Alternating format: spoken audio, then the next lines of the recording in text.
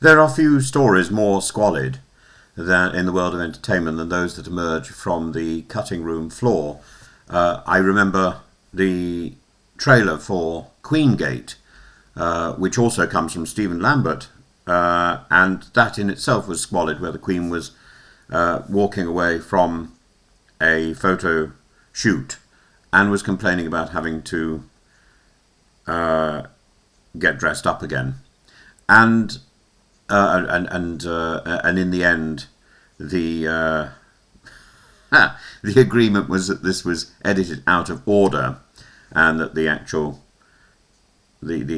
footage of the Queen complaining was as she was walking towards the photo shoot. I'm afraid if you listen to what she's saying, it doesn't really make sense. This week, we are invited to contemplate a supposed feud between Sir Stephen Fry and the historian David Olusoga on BBC's Celebrity Traitors. We're further told the incident will not air. There it is. Now leave it there. The only reason we hear so much about it is because the production company have leaked it. There is no other reason. So should we say leave it there? Except we cannot, because leaks from Studio Lambert and the BBC have already put this unstory into the press. It is a manufactured morsel for an audience that increasingly confuses spectacle with substance, and it reveals precisely why this genre is corrosive. It wallows in the scraps, the residue, the detritus of human interaction. To find the key that should be stamped on every episode of The Traitors and every episode of reality TV, the game is the excuse and the hook on which the programme is hung. That is the insight. And I'm saying that as somebody who's been on these programmes. The contest itself is nothing but a MacGuffin. A MacGuffin is the thing that Hitchcock said was the object, the quest that drove the characters in the film. It's not the thing the public, the audience is interested in. It's a pretext for a camera to linger. We are told that Fry and Olusoga argued about over accusations of treachery within the game. It didn't fit the narrative, so producers cut it. Yet they still drip-feed whispers to journalists. Why? Because the appearance of scandal is more valuable than the event itself. This is bottom-line television, quite literally the rectum of reality TV. It lingers like soiled loo paper. Wipe till you are blue in the face and the stain never disappears. In pursuing entertainment, the industry has slid backwards into the privy. Meanwhile, Stephen Fry, a man whose intellect has illumined British culture for decades, is reduced to issuing apologies for a misattributed suspicion in a contrived parlour game. He hopes that Celia Imrie will win. He praises Nico Omilana as remarkable, and the drama around him, not the mechanics of banishment, become the focus. He is the star of Traitors, without any doubt. The format exists merely to justify placing him and others in awkward proximity.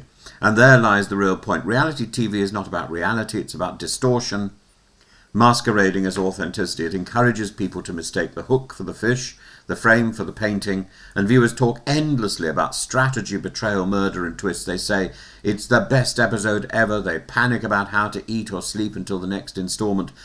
But this is not about a game. It's about voyeurism dressed up as competition. It's about the loss of agency. It's the triumph of narrative manipulation. It is the theatre of suspicion designed to make us care about nothing of consequence. My heart goes out to Stephen, really, as somebody who's been in this miasma. I know how difficult it is to emerge, and I know that the real issue is not what happened in the game. It's about the manipulation that continues and continues because the production companies don't know when to stop. And Stephen Fry, with his apology and his quiet dignity, emerges well from this theatre of suspicion designed to make us care about nothing of consequence. He reminds us of the essential decency of the contestants, of the participants, celebrities conditioned to expect good in others and therefore ill-equipped to play professional paranoia.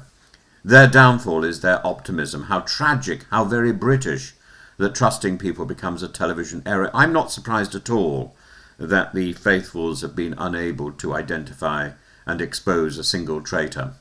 The producers would prefer whispers of conflict to moments of sincerity. They want the hint of a scandal without ever needing to show it. They curate tension like taxidermists arrange dead birds, poised, posed, lifeless, and sold as fascination. Celebrity Traitors, we are told, is gripping, urgent, unmissable. Yet when the cameras stop, the hype dissolves into the familiar stench of opportunism. This is bottom TV, the nadir of our cultural plumbing, and while millions flush another evening into the sewer of manufactured intrigue, one might reasonably ask, what is actually at stake? Not truth, not integrity, certainly not art. Only the faint aftertaste of a feud that never mattered and never truly existed. I am so sorry, as I say again, my heart truly goes out to Stephen and to all the people engaged in this sordid show.